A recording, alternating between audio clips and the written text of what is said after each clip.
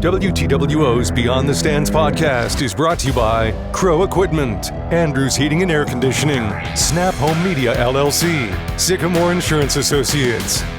Here's your host, Rick Semmler.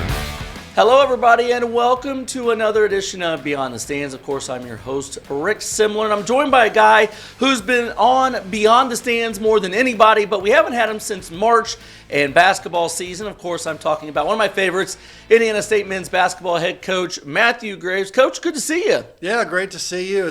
Like you said, it's been a while, but both of us have been pretty busy here in the spring and summer, so it's good to get back together here for a little bit.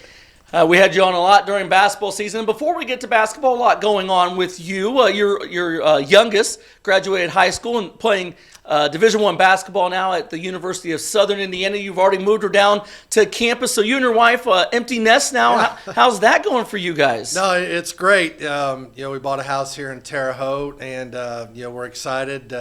Getting settled. Susan got down here June 1 permanently. We sold our house in Indianapolis, and it's been great getting to get her familiar with the Wabash Valley area, and then get Lily settled, and then our other daughter Abby's around because she'll be a sophomore at Indiana State this year. So it's good getting settled. Summer winding down, so everything's moving at a really good pace. I still have my three at home, so your empty nest is the wife tired of you yet? Absolutely.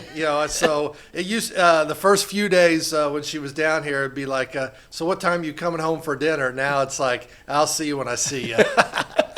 Well, that didn't take long. One other question about your family. You played Division I basketball. Lily's doing that now. How has the conversations been with her, and any advice Dad's given her to help her survive that level? Well, the biggest thing I tell her is do everything your coach tells you to do right now. And she's really embracing that. She's working hard.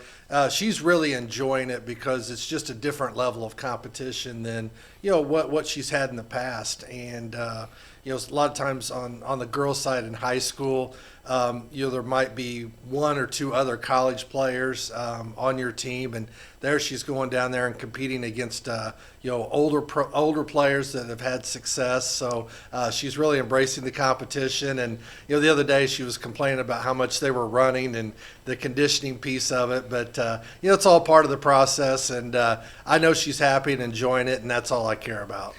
Good to hear the family's doing well. I appreciate you asking. Always enjoy hearing about them. So, of course, we had you in to talk about Sycamore basketball. I guess you've been having summer workouts. Fans don't get to see all the stuff. What else besides summer workouts have you been doing, especially in the month of July? Well, the biggest thing for us in June and July in particular is just getting to know our guys and building that roster and that continuity piece. It was nice to bring back some guys from last year. But, for us, we had 2 weeks of little kids camp that was really successful. We had over 200 kids in both weeks, in both sessions. So it was a lot of fun to see people from the community coming in and seeing the kids. And those kids was their first opportunity to meet some of our new players. So that was really good. We've been on the recruiting trail. Recruiting 2026 kids, and then trying to hone down and tighten in on the guys that we really want to target in the 2026 class. It's going to be a big freshman class for us this year. We're hoping to sign 4 or 5 freshmen early this year. We feel like that's a great path for us to have that sustained success. We gotta continue to build it from the ground level up, and then kind of backfill through the transfer portal. And I think we're in a cycle now where I feel like we're able to do that. We've had a year to kind of evaluate this 2026 class. So I'm excited about those targets. And then we've started peaking at 2027 just a little bit, just to start to get familiar with a few names, especially in the state of Indiana and kind of the 3-hour radius around Terre Haute. So a lot of busy things on those fronts. I've been seeing in the recruiting trail, and obviously you can't talk specific player, this and that. But I see a lot of players, I have an offer from Indiana State, or I see Indiana State's in the gym from the recruiting guys, that kind of stuff. You spoke about you've been at ISU for a year now as the head coach. Do you feel players around the state especially are receptive to Sycamore basketball and what you guys are trying to get done? Yeah, absolutely. And I think, certainly it started, with that team that made the NIT run. Even the year before that, when we won a lot of basketball games and competed at a high level. And really the narrative started to change with how our style of play. It was an exciting brand of basketball to play. And, as you move forward and you won games, and then with the NIT, that brought a lot of notoriety. And, even though last year, just winning 14 games, the style of play was there. We averaged 80 points a game. We were top 10 in the country in how fast we wanted to play. Those things translate and certainly made it very attractive, for us to recruit. You speak of that, getting to know your guys. You have a lot of returning guys, and the portal's been busy for you guys. It's a good so mix. When you brought everybody in, like you said, you went 14 and 18. You were fun to watch, but you didn't quite get the wins you want. Do you sense from your guys a hungry bunch to prove that we're better than what we were this past season? Yeah, certainly. There's an edge to those guys, especially the returning guys.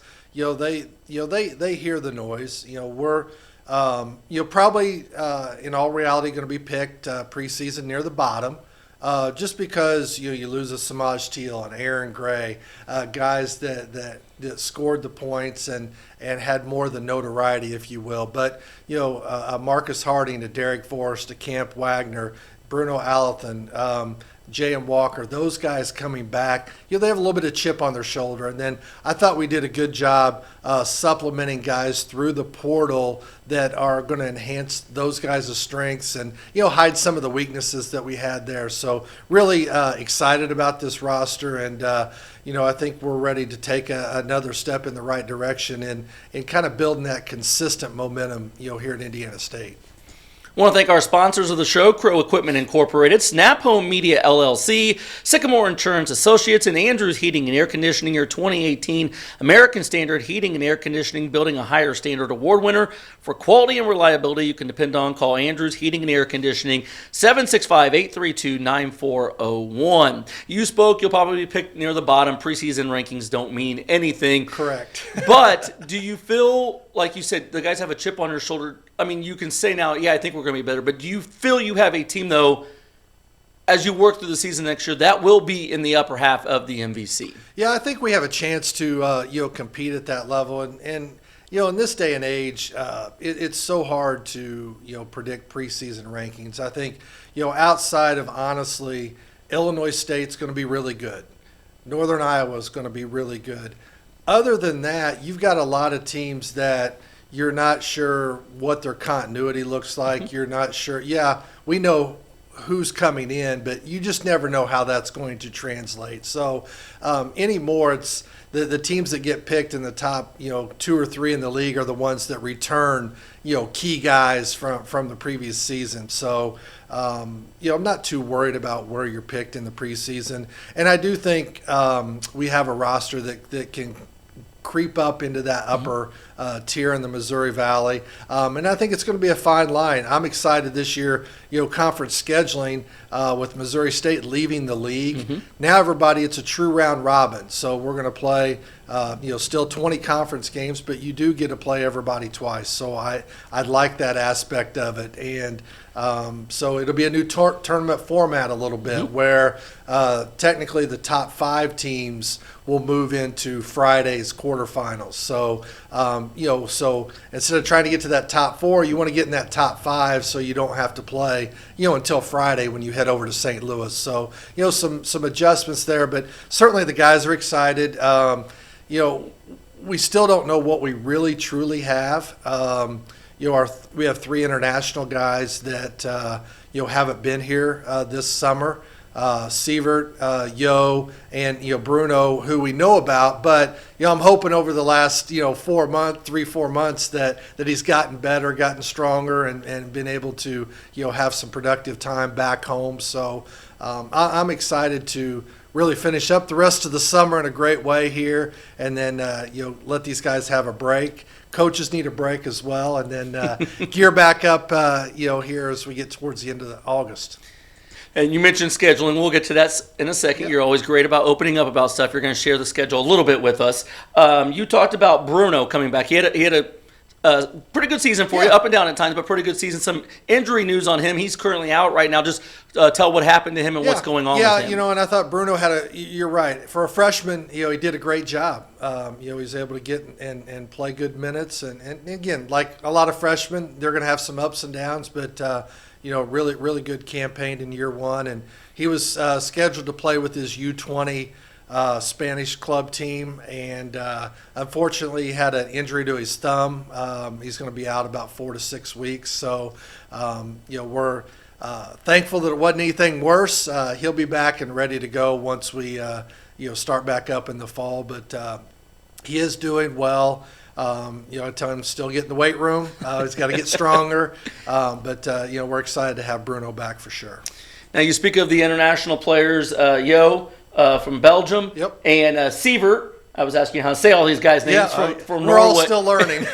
From Norway. I guess, first of all, going the international route, it's not uncommon. A lot of colleges do it. You've been doing it a little bit more. What does the international type of player you think bring to the Sycamores in the college game? Well, I think especially when you get guys that have some experience, they understand how to play, and really the way we want to play our system is more of a European style with the way we play. Moving the ball, passing the ball, sharing the ball the way we do. There's a lot of similarities in the way it translates. So, I'm excited about that. And, whether it's the European kids, obviously we got 3 Europeans, 2 Canadians, and a kid from Grenada. So, 6 international guys out of 16. I'm excited. It brings a really interesting mix. They bring different personalities. The competition in practice this summer has been outstanding. I switch the teams up about every 2 days, and no matter how I switch it, slice it, dice it, we're playing best 2 out of 3, and we're going to 3 games. Nice. Or if we play 1 game to 15 points, it's coming down to 1 possession. Very rarely this summer has there been any group that's really dominated and kind of separated themselves, which, sometimes at some point we're going to want some guys to separate themselves. There's no question about that. But right now it's really good to see the parity as these guys are learning, how we want to play. And we put more of an emphasis this summer on the defensive end as well. You speak of guys that you would like to see separate, several of them, but one guy I think that caught my attention, I know fans talked about it, is Sterling Young. That kind of talent. He was the SWAC Player of the Year from Florida A&M, averaged 17 points per game. You can't just pick those kind of players in college basketball. Right. For you to land him, and then he's here now, just now that you see him in person every day, just, I don't want to say how special is he, but just how talented is this guy? No, he brings a lot of talent. He brings an ability to score the basketball. But, the one thing I would caution, with Sterling, it may take a little bit of time to translate, and because you're put in a completely different system in how he played, previously. So his learning curve has taken a little bit longer. But, I told him yesterday, in fact, he made a couple passes and reads defensively that he wasn't making in June. So to see that growth, I was really proud of him, really excited about what he's doing, and the more comfortable he gets with the way we want to play and being able to get to his spots. He's a scorer. Obviously averaging 17 a game at the Division I level. He can put the ball in the hole. Now he's just got to understand where to find his spots, how to get to those spots within this new offense that, he's still starting to learn and become comfortable with. So I'm excited for his growth as we continue. First thing I thought, and I know some fans said, is, with Sterling, he's the replacement for Samaj. Is that fair to do that? I understand why fans say that, but it's not very accurate. Oh. They're really 2 different types of players. Samaj was a little bit better of a playmaker with being able to the assist and getting others involved at times. He'd have 4, 5, 6, 7 assist games. Sterling's more of a guy that can really just score the basketball and in different ways. So and Sterling's a better shooter than what Samaj was, but just not as dynamic of a playmaker. So both really good players, but both are two different types of basketball players. I want to remind people the way you can follow Beyond the Stands on Spotify, CastBox, Pocket Cast, iHeartRadio, and of course on WTWO's MyWabashValley.com. Now, Sterling isn't the only new players. We talked about the foreign guys. You got Zaire Green, Xavier Hall, another Harding brother in here now. Any other of the new guys?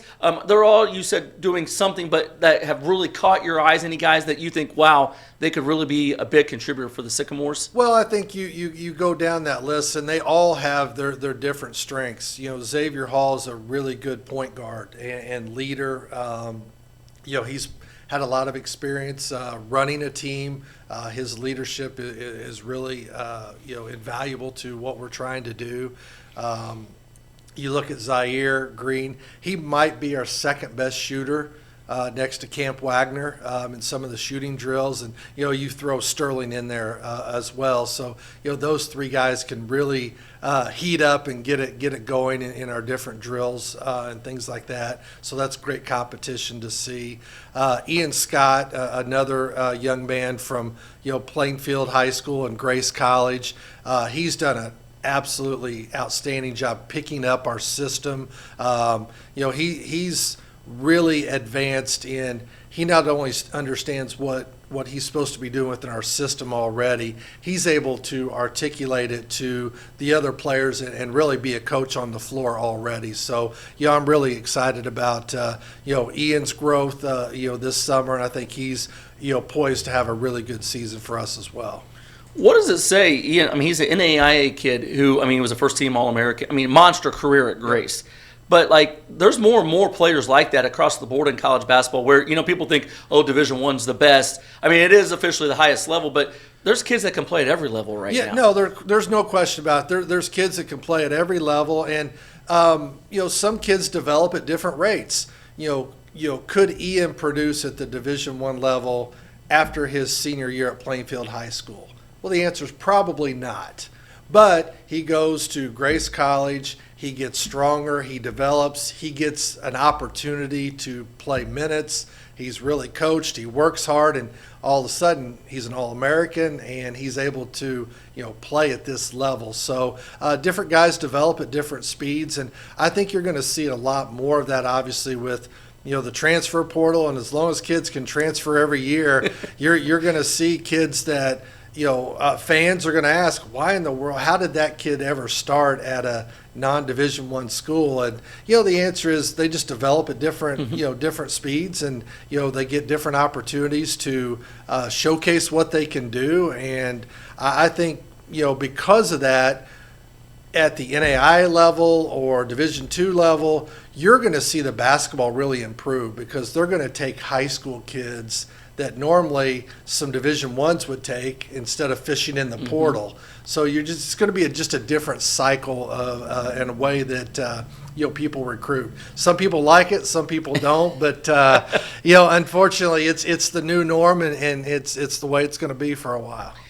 Now, one guy, he had an interesting season, obviously, Derek Vorse. He's been a part of the program for a while now. I don't think he had the season he wanted last year, probably that you wanted in the fans. Where is he at right now, you think? Is he ready for a better season this year? Yes, certainly. I think he, with Derek, it's the elephant in the room. It's always been health. Can he stay healthy? Whether it's a knee injury, whether it's an ankle, foot type injury, that's really held him back, especially last year. He just never quite got in a rhythm. He was in and out of the lineup because of his ankle, foot. In this year, he's had a terrific summer. Last year he worked out, I think, 2 of the 7 or 8 weeks that we had him available because of injury. This year he's been available all summer. He's had a great summer as far as getting up and down the floor. His weight looks good. He's more comfortable, obviously, with what we're trying to do and very familiar with that. So, again, with Derek, it's more about, can he stay healthy? And so far, he's answered the bell with that. So I'm really excited about his growth, and hopefully we can keep him healthy, and I think he can showcase what he can do for us. I mean, he got minutes on Schertz's team and proved he could do it. Like, you speak of that. If he could stay healthy, do you think he could be not only a major factor for the Sycamores, but a major factor in the MVC? Yeah, and I'm excited.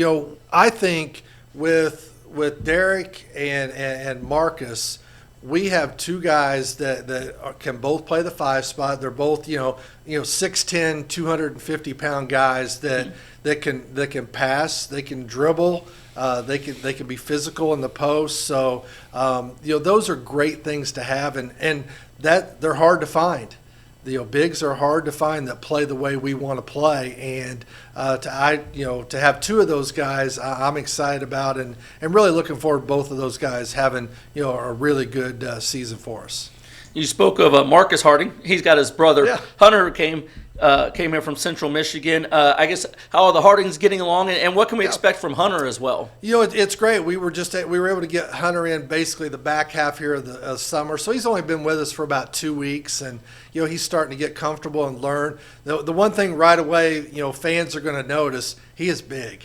He is every bit of 7 feet tall, and he does a good job moving around on the court. He's still trying to figure out the nuances of our offense and things, and he doesn't quite shoot it from the perimeter as well, but he's going to get better. The exciting thing, he's got 3 years of eligibility left. So, right now, obviously he's behind Derek and Marcus in the rotation, but you never know what could happen, and we're very fortunate to be able to, pick up a guy in July that, is 7 feet tall. He's got Division I experience. He started and played some games at Central Michigan. So it's really added another element of competition to practice. And it's been great, and I'm excited. And, I know Marcus is excited to, see his brother out there. And, I joke with him. I said, I was fortunate, as to play with my brother Andrew at Butler for 2 years. So it's just fun to get out there. They haven't thrown the ball at each other or fouled each other hard just yet. But, I know it's coming. They're going to have a little bit of a sibling rivalry here. But, it's fun seeing them both out there and watching them interact. That was my next question. You took it already. Are they playing nice? Did Mom have to warn you about those two at all or anything? No, they were all good. They usually play nice, but you know how it goes. It can be a long season, and guys can get on each other's nerves. So I'm expecting at least 1 or 2 basketballs to go flying, or maybe a hard foul here and there. But I'm sure they'll make up and be just fine. Did that happen in the Graves household? All the time, all the time. Who was the instigator? Oh, I was. Absolutely. Absolutely. As the oldest, you can't let the younger ones get any kind of edge. So, you had to keep your foot on them. So I love it. Again, I want to remind everybody, thank to the sponsors of the show, Crow Equipment Incorporated, Snap Home Media LLC, Sycamore Insurance Associates, and Andrews Heating and Air Conditioning. One of the reasons I love having Coach Graves on, he's pretty open about stuff. So one thing I know fans are dying to know is the schedule. He can't completely go through the schedule, but he can go through part of the schedule, and I know fans want to hear about stuff. I guess first of all, it came out the news, and the deal is signed, so you can talk about the opener. Charlotte, you open at Charlotte, which will be a very tough opener. The following year, they come to the Holman Center for the opener for you guys. How big of a deal, let fans know, is it to have this 2-game series with Charlotte? Yeah, I'm really excited about it. They're a team in the American Conference. They've had some good success there and played well. And it's a name that people recognize, and it's hard to get home games. And when you can get a home game with an opponent that is in a conference that is rated up there in the top 10, that's an exciting thing for us. And then it fits. It checks a lot of boxes with, and we'd bore a lot of people going through the scheduling nuances that we have to fulfill. But it checks that box for a 2-year period. So certainly excited about that opportunity to play Charlotte. Now, you every year say scheduling is so hard. You got Charlotte on there. You also got Milwaukee in a home and home, another quality opponent for the Sycamores. Yeah, and they were They were actually finished 135 in the net last year, so they were a quad 2 opponent by the metrics. That's a 2-year deal as well, so they'll return to the Holman Center next year. And again, I like that trip because it's a 4-hour trip. We'll be able to get fans up there for that game as well. So you've got them on the schedule. And obviously, we can, the Duke game, people have talked about, and it's exciting, and different people have come up to me and said, it's that Duke game, that's awesome, and other coaches will come up and say it's a really good thing, but those 40 minutes of actual game time, that's tough, Coach. So good luck with that. I love it. I was going to get into that. How did the Duke game come about? I know you got a lot of connections, but Indiana State's never played Duke. Obviously, they're the premier program in college basketball. How'd that come about? So I have a very good friend, Mike Schrage, that he works at Duke. He's an assistant coach there.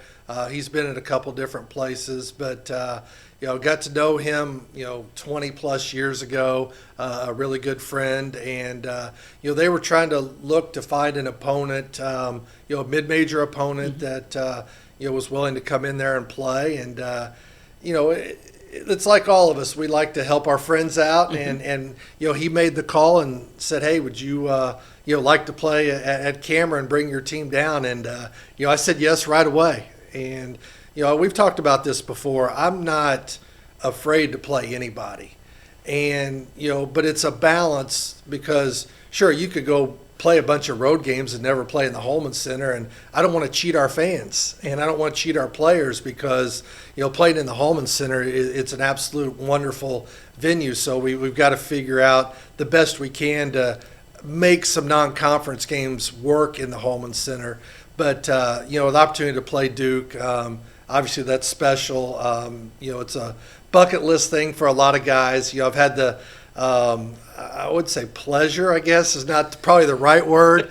In 2003, when I was an assistant at Butler, we played in Cameron, and I think we got beat 20 or 25. But, it's a really cool experience, and I know our players are really excited, and, the fans that will get a chance to get down there and see it, it'll be a great opportunity. And talk about that. You didn't get to play it at Cameron Indoor. I mean, it's kind of considered the best home court in college basketball. I've been to IU, Purdue, Kansas, other places. But what is it like to be in that place? Well, the one thing that it's smaller than what you think. The crowd is so on top of you, and it's a unique atmosphere. It's more old school. You go into some of these buildings. Now these new 15,000 seats, and it's really spacious, and you go to Cameron and they are right on top of you in the student section, right across the court, and basically they can reach out and touch you when you're on the court. So it's a unique environment, it's a fun environment, and I'm looking forward to see how we go down there and respond. Again, I think it's a great measuring stick for what we can do this year, and we'll see how we stack up. Now, other non-conference, you can't elaborate on this, but you will play in a multi-team event. Talk about, I guess, it probably won't draw or excite a lot of fans, but you have to play in these, and what's going on with that? Yeah, so we've kicked the tires on some MTE events, and we still, part of kicking the tires on that, we still have to meet certain metrics that our league establishes with policy, and some things have fell through that we thought we were going to play in.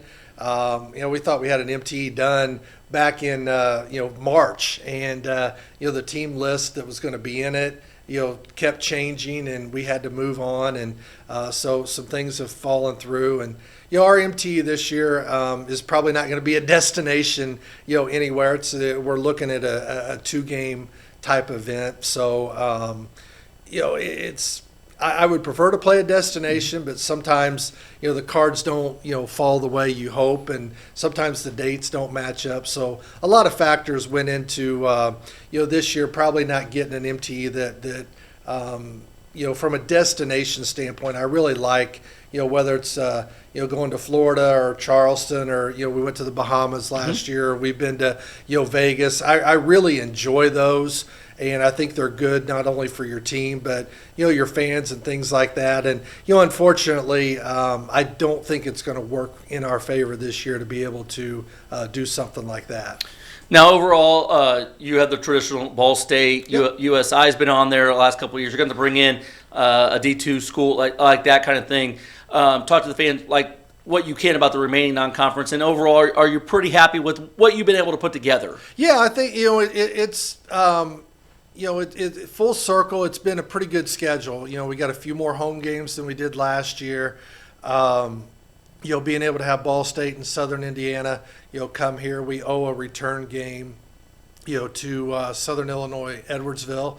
We owe them. They got us last year. So they ended up being a lot better team than I think what, a lot of people, thought they would be. They made the NCAA tournament, after winning the OVC championship. So I'm pleased with our schedule, and again, I think it's a schedule where we have some good non-conference opponents, coming to the Holman Center, and I'm hopeful in the next, 7 to 10 days that we'll be able to release the full schedule.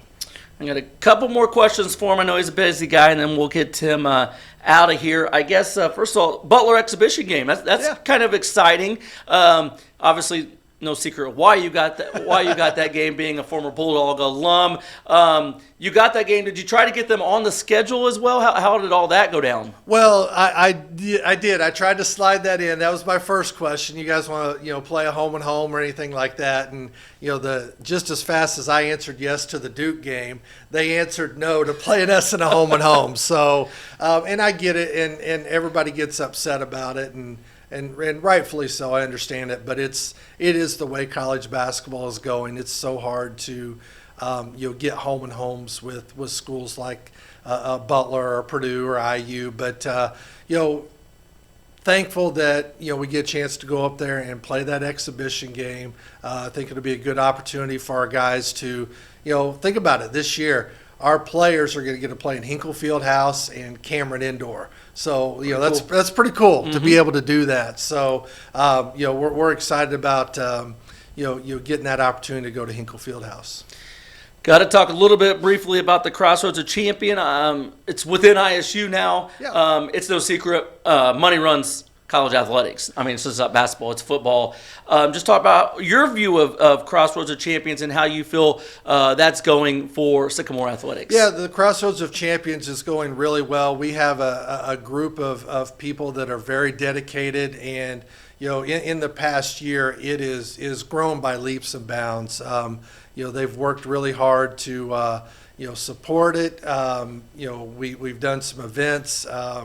We had a putt-putt outing that was really good. We had a bourbon and cigar night that was tremendous, raising money. And where we have our annual golf outing coming up in early September that we're excited about. So a lot of positive things happening. Now that it's in-house and you can get a tax deductible, it can be tax deductible. We're hoping that we can, continue to, increase the donations to the Crossroads and, continue to build it. And I'm just so thankful, for the people that, basically it's their second job. We got a lot of great folks in the community that are, helping with that. And I'm just so thankful that, they put the time and effort to, help run the Crossroads of Champions because it is very, very vital to, our success. And not only our success now, but our success year after year after year. We want to,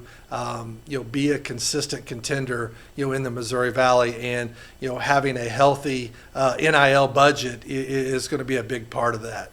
And last question, you and I have talked about this a lot. There's so much talk about the expansion of the NCAA tournament. I know you were a person who we would favor that or consider, what are your thoughts as it is drawing closer? It looks like it's going to expand. Just again, what are your thoughts on the whole expansion of the NCAA tournament? No, I'm 100% for it. I think, I'm not trying to say it needs to go to 96 teams or anything like that, but going from 68 to 76, that really is not going to change the makeup of the tournament and really distort a whole lot of. People are going to argue, well, it's just adding a lot more mediocre teams. Part of that is true. You're going to add, let's say they add eight new spots. 6 of those are going to be from, your power conferences that are 500 records, below 500 in conference. But what it does is it's going to provide an opportunity for 2 or 3 schools from the mid-major conferences to get in. Like you guys in 24? It's going to add an Indiana State in 24. So it's going to provide those opportunities, and that's why I'm for it. It's, the big schools, they're going to figure out how to get their piece of the pie. But by expanding it by, 6 or 8 teams, hopefully you're not going to miss on a Indiana State 2024, create that, extra, room for error. And I think if they do get it to 76, you can get back to seeing a Missouri Valley Conference that is getting 2 bids in more consistently. The traditionalists, and I understand this, it ain't broke, don't fix it. I get that. NCAA tournament is very special. Do you think adding the extra 8 teams, will mess anything up? I don't, but do you think it will? No, I don't think, and actually I think, what it could really do, you can add an extra game at each site and just keep it there. Now the people at Dayton may not want to hear that because of the first 4 and everything, but if you just add an extra game at each of the 8 sites to start, and the team that wins, they're already there. They don't have to worry about traveling, because you win in Dayton, those teams got to get on a flight at 4 in the morning, 6 in the morning, and get to a whole completely different site. So just rework the start of it and put these teams already at the sites, play it on a Tuesday or Wednesday, and I don't think you have a lot of interruption. You add 6 or 8 teams that, you can argue whether they're deserving or not, but again, I think what I'm more in favor of is it opens up the door for your mid-major conferences to get 2 or 3 teams in there that are deserving. And I think you provide a great perspective. You're at the mid-major, but you were at the power conference as well. So you see both sides of that. It's been a while since I had you in, but I appreciate it. Yeah. We'll give you a couple months off and then have you back in because, basketball season starts in September now, that kind of stuff. But we'll have you back in the fall and talking about another Sycamore basketball season. No, that'd be great. I appreciate having me in, Rick. Thank you. Good to see you, Coach. That does it for this edition of Beyond the Stands. WTWO's Beyond the Stands podcast is brought to you by Crow Equipment, Andrews Heating and Air Conditioning, Snap Home Media LLC, Sycamore Insurance Associates. Catch this episode again and more of Rick's interviews online at mywabashvalley.com.